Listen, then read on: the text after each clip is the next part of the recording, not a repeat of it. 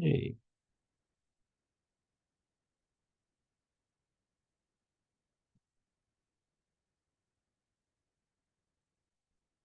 All right. Hello.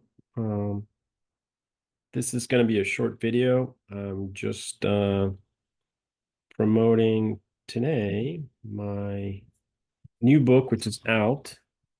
Um, 100 essential, 100 plus essential linear algebra operations for deep learning, a cheat sheet and workbook.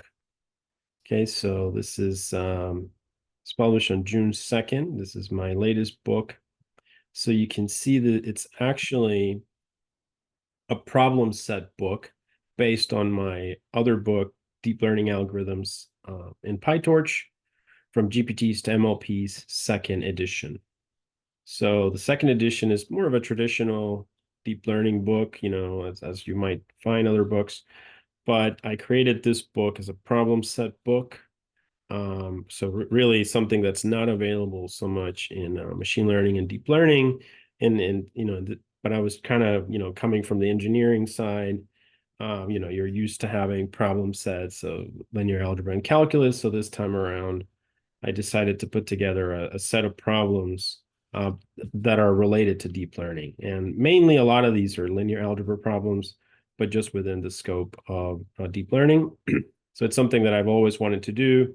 And I was finally able to, collect enough problems over the years to where I can put together really a workbook, something that you can just, grab a cup of coffee and sit with your friends over a weekend, or it might take longer, and just try to solve these problems. So one nice thing about it is in this, I don't really like, one of the things that bothers me about books whenever you do deep learning is that you have to download a data set, and then the data set does not work, and then when you want to move to your own data set is even more complicated.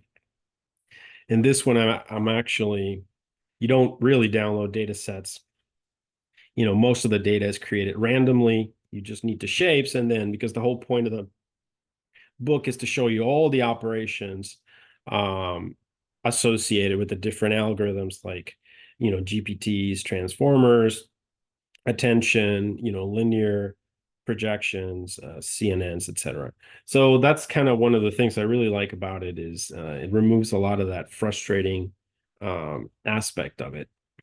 All right, so I'll just go over a little bit of the book. You can see it here. So I have my overleaf here, and I'll kind of just point out some of the problems that are available. So it's 100 plus, so there's more than 100 problems. This is the first edition, and really I'll just show you some of the problems that are available here. So you can see kind of have the motivation for this somewhere, but some of the problems are, he starts with your basic things in either NumPy or PyTorch, understanding how to declare, create arrays and vectors, some of the basic operations like slicing, indexing, shifting, etc. Some of the background that you just need to have. Then it goes into concatenation, math operations, and then it starts, I would say, from here on in, more the heavy operations that are really important, like broadcasting, masks, and some of the linear algebra operations, and of course, broadcast multiply, torch multiply, and matrix, the matrix multiplication, basically, which is, key to understanding. So there's a lot of problems revolving that. It also talks about the element-wise operations. And then it starts getting into some of the important concepts like the softmax optimization and so on. While it's not meant to be a book that teaches all of these topics, it is very sequential. All these are based on my other book, which is obviously very sequential. And so the problems actually do follow that same logic from going from like linear regression all the way to transformers.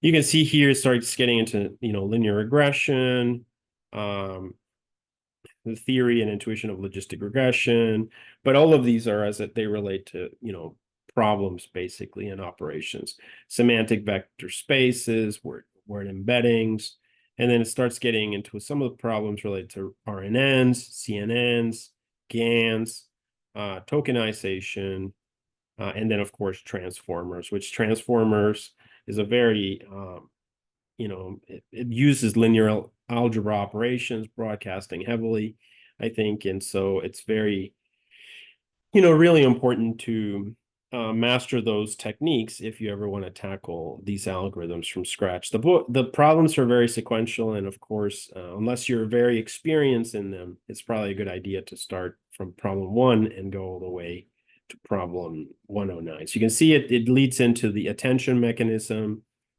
Q, V, K, Q, and V, prompting, and then it kind of ends with encoder-only models. So anyway, that's just a quick overview of the book. In the future, I do plan to cover some of these in a little bit more. I'll probably go over some of the problems separately. Just for the sake of showing something, I'll just show you some of the operations. For instance, problem 93, the attention mechanism.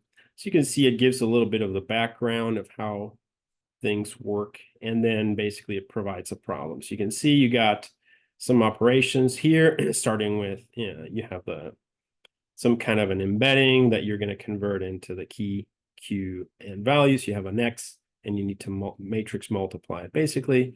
So the problem might be something such as create a tensor X of size n by 40 by 512, define key, query, and value, run X, which is basically defining it as in this example, run X through all three, and print your dimensions. The 3 tensor output should now be of size n by 40 by 64. Obviously, you can define n to be the batch size. So that's kind of how it works.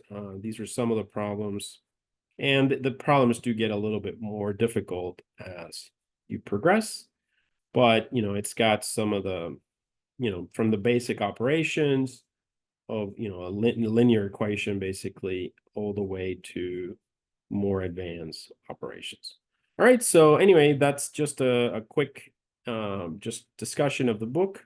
And in future videos, I will probably provide, drill down into individual problems and, solve them. But anyway, that's it. All right, so thank you for watching.